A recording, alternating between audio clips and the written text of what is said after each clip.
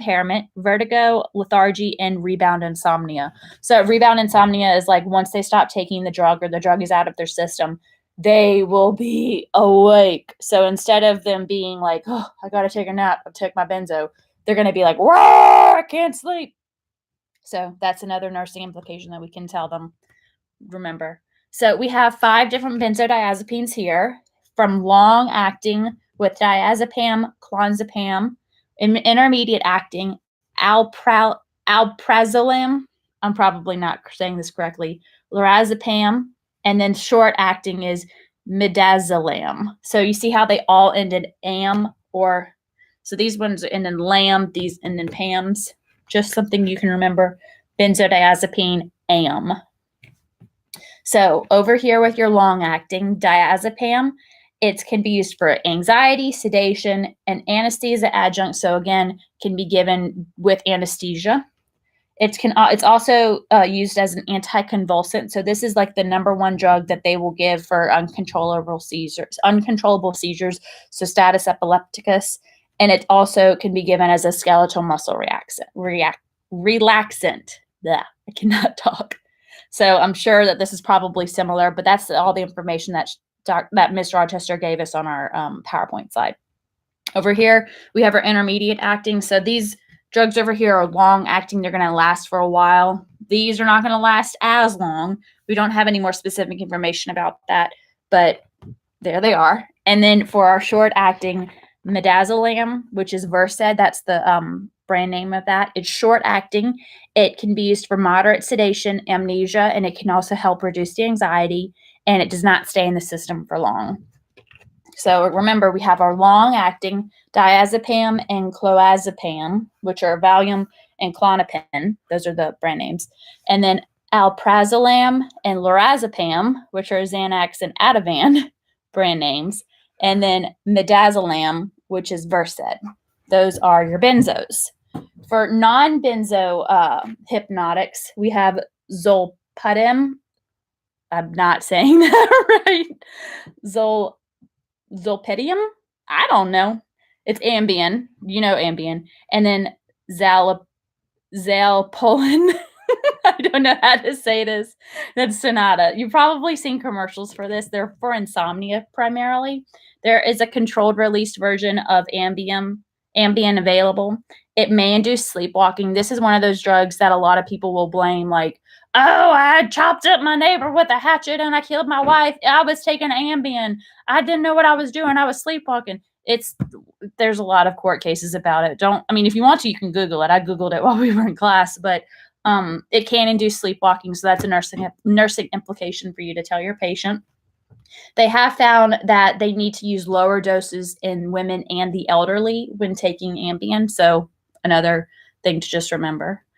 For Sonata, it has a short acting.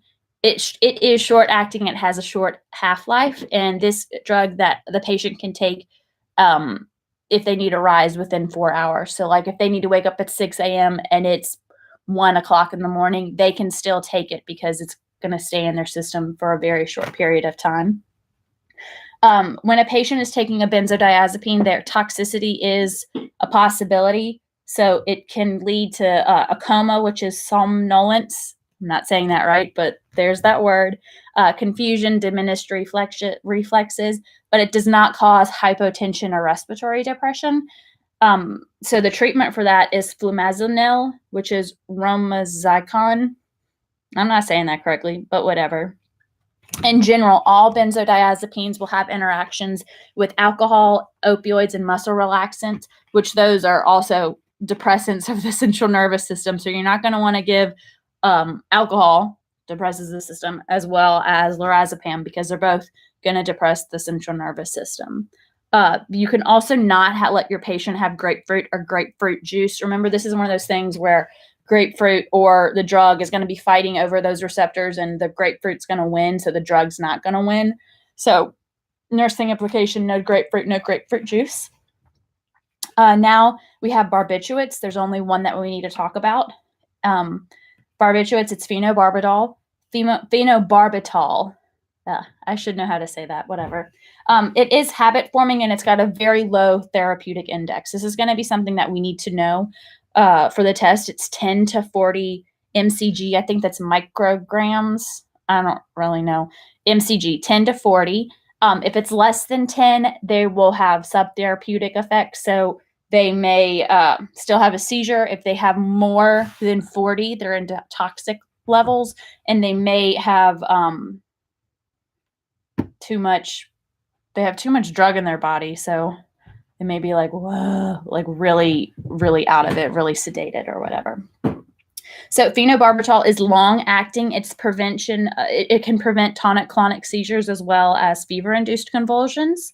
Barbiturates in general work in the brainstem, specifically the reticular formation in the brain. It decreases nerve impulses traveling to the cerebral cortex, and it also inhibits nerve impulse transmission. It's for anticonvulsants and anesthesia, so seizures and anesthesia. At low doses, it causes sedation, and at high doses, it's hypnotic and it decreases the respiratory rate. So barbiturates also stimulate liver enzymes, so other drugs metabolize faster. This can also be called the notorious enzyme inducer. And I was thinking of notorious BIG, but notorious EIB in my mind, notorious enzyme inducer, which breaks down other drugs. Its adverse effects include drowsiness, dizziness, REM sleep deprivation, and it can lead to REM rebound and nightmares. So they're not getting enough like that good deep REM sleep that people are supposed to be getting.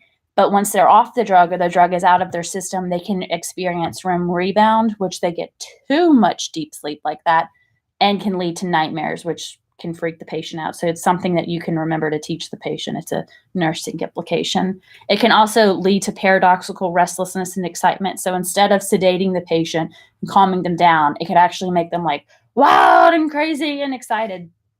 Barbiturates in general interact with alcohol, antihistamines, other benzodiazepines, opioids, and tranquilizers. So these are other CNS depressants. Just remember, you don't want to give one CNS depressant with another CNS depressant. So no benzos plus your alcohol plus a barbiturate. That would just be like a party that waiting for death. So don't do that. Another important thing to remember about barbiturates is that it interacts with anticoagulants as well as oral contraceptives. So anticoagulants will not have enough time to take effect in the body so that a possible clot could form in the body. So that's something to remember. If somebody's on an anticoagulant, you need to know that before you give them a barbiturate, because the barbiturate's going to fight the anticoagulant. The anticoagulant's not going to win, and then the barbiturate will take effect. The anticoagulant won't have time to take effect, and then a clot could form, and that could be really bad. Same kind of deal with oral contraceptives. The barbiturate is going to increase the metabolism of the oral contraceptive. So the oral contraceptive won't have time to work, and then a pregnancy could happen. So patients need to use alternative forms of birth control. I know that was a lot of information, but I mean, it's right there. You can pause it. You can read it. You can look it up in the book if you need to. Toxicity of barbiturates is possible. It can range from too much sleep to a coma to death. And it can also lead from respiratory depression to cyanosis. So someone's not getting enough oxygen, obviously, that they would turn cyanotic. There's no exact antidote for it like there is for other drugs. Like here's the antidote for like benzodiazepine toxicity.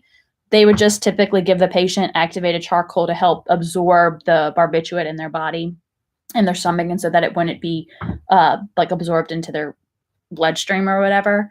But the toxicity level can be monitored at a point where it can be considered a drug-induced coma. So like a barbiturate coma or a phenobarbital coma.